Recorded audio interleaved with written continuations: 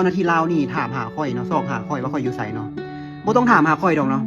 ถามหาคนผู้ที่มันซอกโกงประเทศพุ่นผู้ที่มันคอร์รัปชันประเทศพุ่นเนาะโดยเฉพาะโครงการ BRT หั่นเอาอีกแล้วทุกคนบ่าวเขียวสอนมวยเจ้าหน้าที่ทางฝากฝั่งของประเทศลาวอีกแล้ว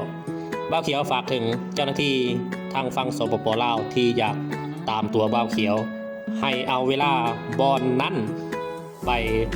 ตามจับพวกที่โสราดบางหลวงพวกที่โกงกินเงินภาษีประชาชนบ่ดีกว่าบ่ว่าจะเป็นโครงการรถเมล์ BRT บ่ว่าจะเป็นการขึ้นน้ำมันขายน้ำมันราคาตามอำเภอใจ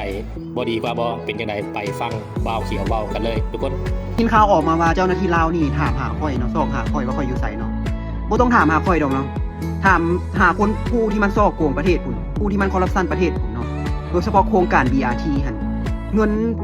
เป็น100 ล้านเหรียญเอาไปใส่เบิดเนาะอันสิ่งที่เจ้าควรเฮ็ดเจ้าบ่เฮ็ดเจ้าสิมาตามหาข่อยเห็นหยังข่อยอยู่ไทยพี่เนาะ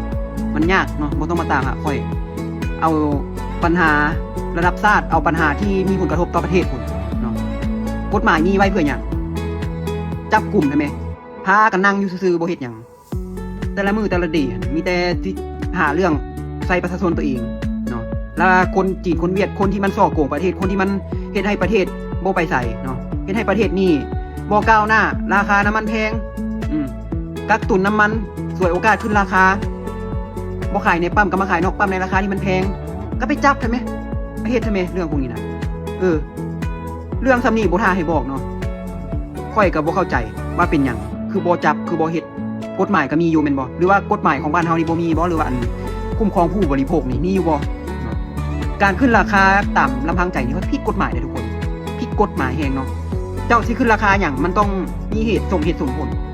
เนาะบ่แม่นเอาเปรียบผู้บริโภคแล้วก็โครงการรถเมล์ BRT นี่คนที่มันซ่อโกงคนที่มันคอร์รัปชันเอาเงินไปนี่คือเรื่องนี้มันคือเงียบไปมันคือมิดไปมันคือบ่มีแบบมีการชี้แจงบ่มีแบบว่าจับได้แล้วเด้อตามโตผู้นั้นผู้นี้ได้แล้วบ่มีเลยเงียบหายเลยเฮ็ดจังได๋บ้านเฮามันสิไปต่อได้เป็นจังซี่มันบ่มีประเทศใดหรือโครงการใดเนาะที่มันสิดีขึ้นหากว่ามีการซ่อโกงนี่เกิดขึ้นอยู่เรื่อยๆเนาะเอามาเท่าใดมันก็บ่เบิดบ่พอเงินนี่เอามาเท่าใดมันก็บ่พอถ้าหากมีคนโกงเนาะแล้วคนที่มันโกงไปมันเอาเงินไปเฮ็ดหยัง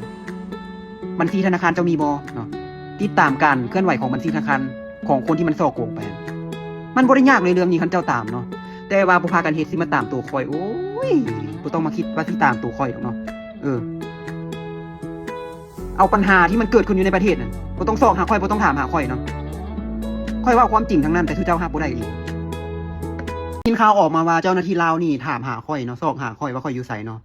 บ่ต้องถามหาข่อยดอกเนาะ